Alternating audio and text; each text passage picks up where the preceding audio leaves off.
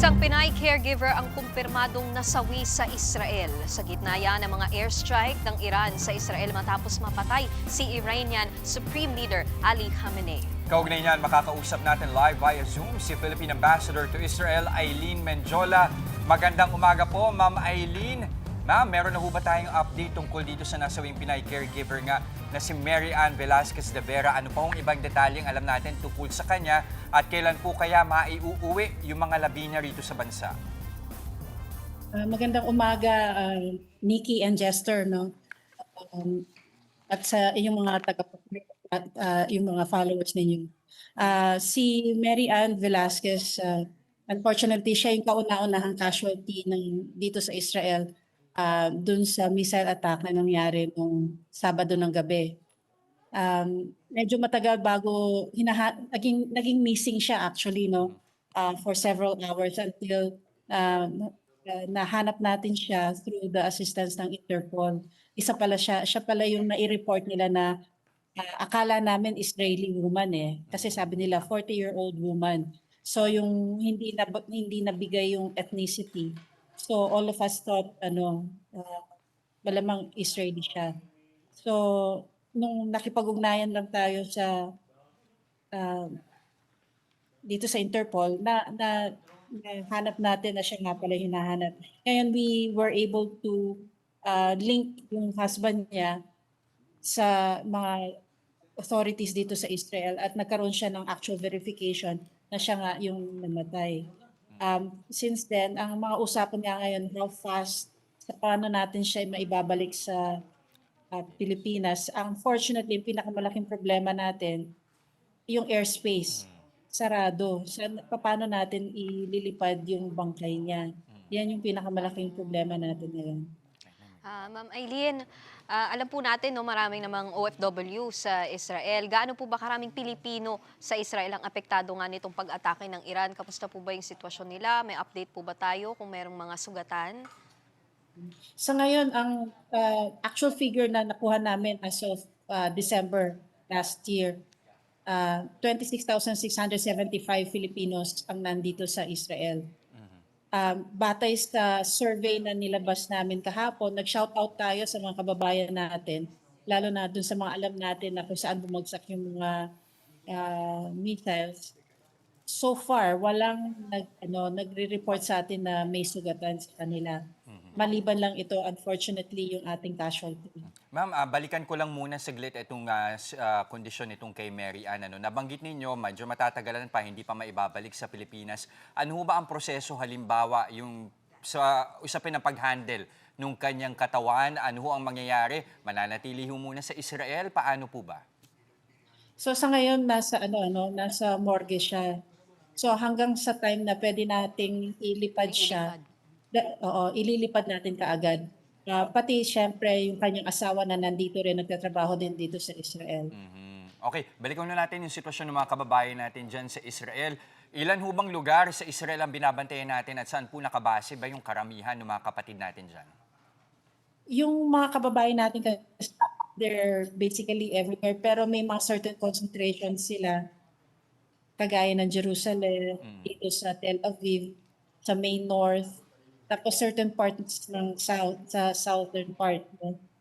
Pero sa atin kasi, lahat yan basta minomonitor natin sila at kung saan merong nabalitaan tayong impact site, yun kagad ang may mga group chats tayo kasi sa mga iba-ibang lugar. So, ina-check natin sila. Kagaya kahapon, meron binagsakan sa isang lugar, nag-phone brigade ang embassy doon sa mga alam namin na register na nakatira doon sa lugar na yon. Isa-isa namin sila tinawagan. Ma'am, punta po tayo sa embahada. Paano po sila nakakatulong sa mga Pilipino na iipit nga sa Girian?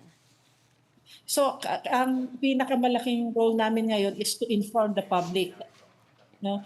So, kung minsan kasi may advance information kami nakukuha, so lahat yan, pinupush namin yung information sa aming social media, sa Facebook.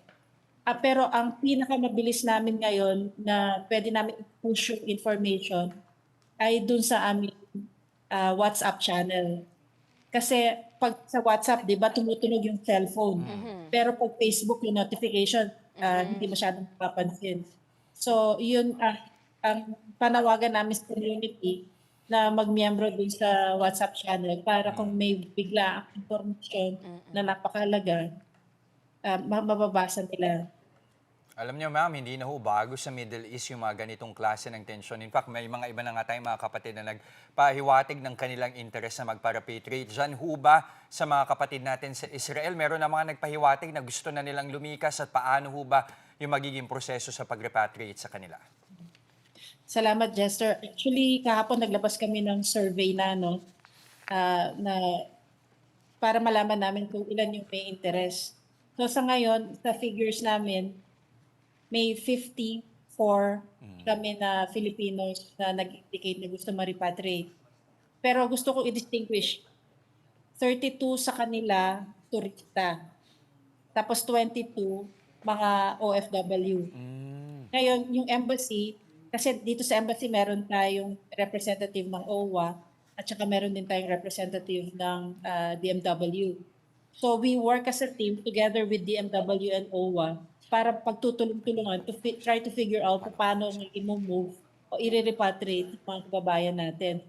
Knowing na sarado yung airspace ng Israel at ng Jordan. Ma'am, linawin ko lang, nabanggit nyo kanina majority ng mga nagpahiwatig ng gusto na lang repatriation. Turista, tama po ba? O mga pilgrims ito. Pilgrims, okay. So sa ngayon, pwedeng i-distinguish lang muna natin yung number. Doon sa nabanggit nyo kanina na mga Pinoy na apektado, marami ba doon mga pilgrims, mga Ilan ng turista? turista, ilan po ang 32. OFW? 32. 32 turista, 22 OFW. At ma'am, kanina po nabanggit nyo yung WhatsApp, di ba? Meron po ba tayong ibang way kung paano kayo kokontakin sakaling may iba pang mga Pilipino na gusto nga magpa-repatriate o kailangan ng tulong? Kung mamarapatin nyo, ibibigay ko sana yung hotlines Sige lang natin. po. no? Sige lang po. So, plus 972 54 46 61 188 at saka plus 972 50 911 4017. Aside from that, ang ating Facebook, meron tayong dedicated na tao na tumitingin doon sa mga comments at saka mga nagpa-private message. Pati yung Instagram natin, nagagamit na rin natin kung may mga gusto mag-reach out. Ma'am, punta po tayo dyan mismo. No? Kamusta po ba ang entry at exit points dyan? Saan po pwedeng pumunta, tumawid yung mga Pilipino sa Israel sakaling tumindi pa itong girian? Ang nakikita lang namin na pinaka-viable ngayon is via Egypt.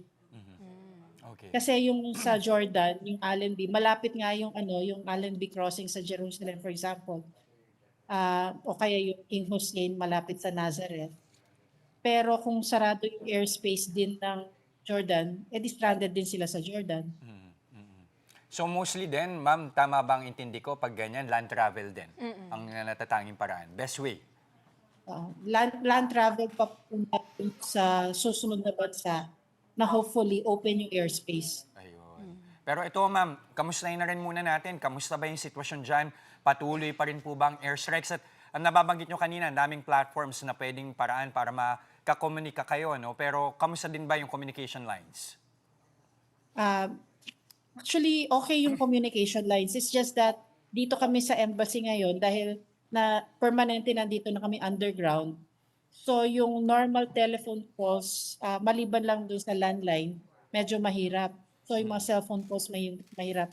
Pero via internet, yung yung like WhatsApp or Viber, diyan marireach kami. Pero eto ma'am, meron din kami natanggap na impormasyon expected daw na magkakaroon ng siren anytime. Tuloy-tuloy pa rin po ba yung airstrikes dyan? Kasi meron pong mga nagpo-post, di ba, na tuloy-tuloy nga daw. Well, actually, yung last namin siguro mga 1 hour and a half ago, yung last na na missile barrage. Tapos before coming here, sinabi ko nga dun sa kasamahan ko, paki-inform kayo na kasi may inaatake yung north of Israel. So sabi ko baka susunod dito naman sa central. Naku ma'am, patuloy pong pag-iingat ma'am para sa inyo at sa mga kapatid natin na nandyan sa Israel. Yun, maraming salamat po sa inyong oras, Philippine Ambassador to Israel, Eileen Menjola. Mga kapatid, Andre Felix po, manatiling may alam pagdating sa mga mahalagang balita sa loob at labas ng bansa. Mag-follow at mag-subscribe na po sa social media pages ng News 5.